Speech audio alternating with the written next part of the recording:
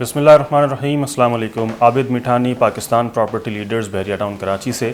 जैसे कि आप लोग सबको देख रहे हैं, इस वक्त काफ़ी सारी वीडियोस सोशल मीडिया पर आ रही हैं और पीपीएल में इस वक्त हम एक सोशल मीडिया वीक सेलिब्रेट कर रहे हैं जिसका आज सेकंड डे है। और आज जो है वो हमारे जो गेस्ट हैं वो अमानुल्लाह पंजवानी साहब हैं। तो अस्सलाम वालेकुम सर, कैसे हैं आप? ठीक हैं, खैरियत से? तो सर, काफ़ी सारे सवाल आपसे रियल एस्टेट के और बहरिया के हवाले से हुए हैं कि बहरिया में पॉजिटिविटी हम लाना चाहते हैं, जिसकी वजह से हमने ये एक वीक रखा है। तो मैं को थोड़ा सा आपसे कुछ अलग आपसे सवाल करूंगा कि जो रियल एस्टेट एजेंट्स के लिए है कि एक रियल एस्टेट की जो फील्ड है उसको बिल्कुल एक लो लेवल पे रख के देखा जाता है, और इवन उसके बारे में ये भी कहावत है कि कुछ नहीं आता तो प्रॉपर्टी का काम कर लो।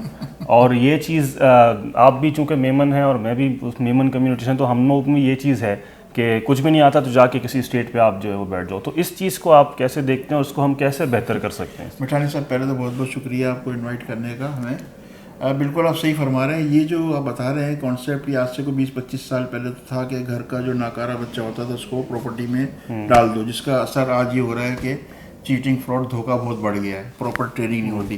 देखिए, हमारी बदकिस्मती है कि हम प्रॉपर चीज़ों को लर्न नहीं करते, सीखते नहीं और वो काम शुरू कर देते हैं। कारोबार नहीं आता मगर शुरू कर देते हैं, बाद में लॉस होता है। मेरे यही कहना है कि पूरी दुनिया में कहीं भी ऐसा कोई नहीं होता कि अगर आपको कोई काम करना है, कोई बिजनेस करना है तो उसकी प्रॉपर एक ट्रेनिंग लें। हमारे यहाँ रियल एस्टेट सेक्टर को हमेशा से जो है ना इग्नोर किया गया है। कोई इसकी अहमियत को महसूस ही नहीं करता। मैंने जब ये इनिशिएटिव लिया रियल एस्टेट के कोर्सेज़ का, तो कहीं से भी हौसला अफजाई नहीं, इवन घर से भी मुखालफत हुई कि आप किन चक्रों में पड़ गए हैं, कौन सीखने आएगा। मगर आज अल्हम्दुलिल्लाह एक बहुत बड़ा चेंज आया है। हमारे जो ट्रेनिंग्स पास आउट हुए हैं, तो ये बिल्कुल सही फरमाया आपने।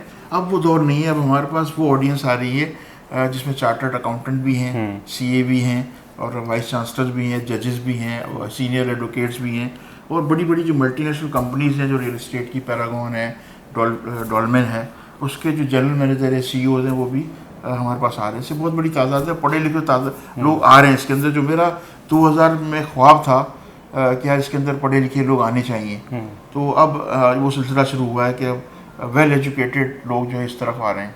माशाल्लाह। पुलिस की भी, एजेंसीज के भी लोग हैं। मैं अगर छोटा सा टाइम है आपके पास तो एक बात शेयर करूंगा।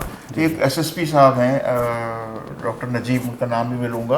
उन्होंने एडमिशन लिया तो मैंने उनसे ये पूछा कि आपको एडमिशन की क्या ज़रूरत है, मतलब। और वो थे एसएसपी, अभी भी हैं। तो उन्होंने कहा सर मैं जो है ना वो एमबीबीएस किया मैंने, ठीक है, बिल्कुल प्रोफेशनली डॉक्टर हूँ। मैंने एलएलएम किया, ठीक है। इसके बाद मैंने जो है वो क्रिमिनोलॉजी में मास्टर्स किया। मगर मैं सारे करके पढ़ा के नतीजे पे पहुँचा हूँ कि वो काम करना चाहिए जिसके अंदर पैसे बनते हैं, और वो है प्रॉपर्टी का शोबा, रियल एस्टेट का। उन्होंने डिप्लोमा भी किया, अपने बच्चों को भी डिप्लोमा कराया। तो अब ये ना चेंज आ रहा है, मतलब ये वो वक्त नहीं रहा।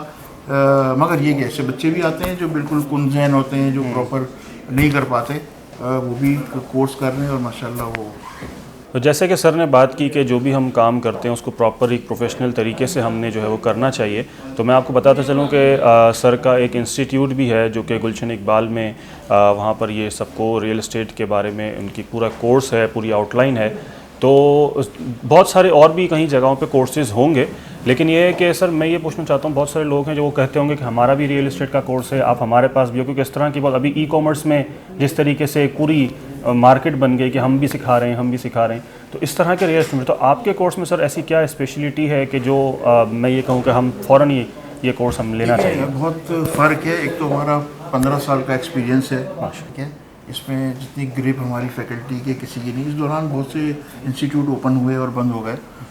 बड़े इसके लिए स्ट्रगल की है हमने ना, बहुत मेहनत का काम है ये। इंस्टीट्यूट चलाना कोई आसान काम नहीं है। तो इसमें जो ख़ास बात बताऊँ, हम न सिर्फ कोर्स के बाद स्टूडेंट्स को इंटर्नशिप प्रोवाइड करते हैं।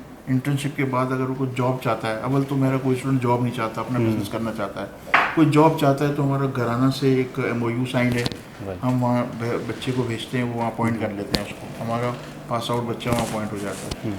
अब बहरहाल ये है कि वो बिज़नेस करता है, और बिज़नेस में भी हम पूरा जो है ना वो हेल्प करते हैं पूरा। ऐसा नहीं कि 3 महीने का कोर्स किया उससे ताल्लुक़ ख़त्म हो जाता है। उसका ताल्लुक़ हमारा और स्टूडेंट का हमेशा बरकरार रहता है। ये कुछ ऐसे सैलिएंट फीचर है जो कोई भी इंस्टीट्यूट जो है वो ऑफ़र नहीं करता। तो बहुत सारे फ़ायदे हैं इसके अंदर वेबसाइट से कोर्स करने के। ये बहुत अच्छी बात है माशाल्लाह। और मैं चाहूँगा जो भी रियल एस्टेट एजेंट हैं और जिनके माइंडसेट ये बने हुए हैं कि कुछ नहीं आता तो प्रॉपर्टी का काम कर लो, तो पहले मेरा मशवरा है कि सर कुछ सीख लें, उसके बाद फिर करते हैं।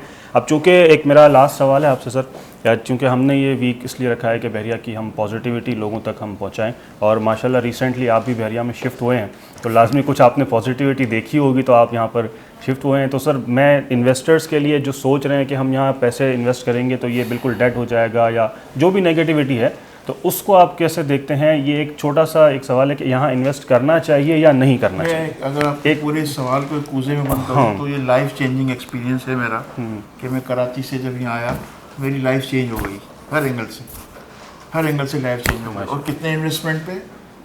कराची की आधी कॉस्ट के ऊपर। माशाल्लाह। लोग ये समझते हैं महंगा है, ये है वो है, ऐसी कोई बात नहीं है। इसका जो एक और भी बड़ी बात करता हूँ कि अगर यहाँ का एनवायरनमेंट आपको 10 साल और जवान कर देता है, तो ये कि ये है, इनको हम पैसों से नहीं तोल सकते या कोई उसका नेबुल बदल नहीं है। यहाँ के लाइफस्टाइल, यहाँ का रहना सहना, खाना पीना सब सोच भी नहीं सकते कराची वाले जो है ना, जो यहाँ एंजॉय कर सकते हैं अपनी लाइफ।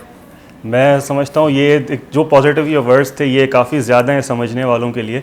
तो thank you so much sir, आप जो आए हमारे पास, थैंक यू सो मच देखने के लिए। और हमारे चैनल को देखते रहें, वीडियोस को देखते रहें, और आप भी हमारे इस इवेंट में शिरकत कर सकते हैं। Thank you.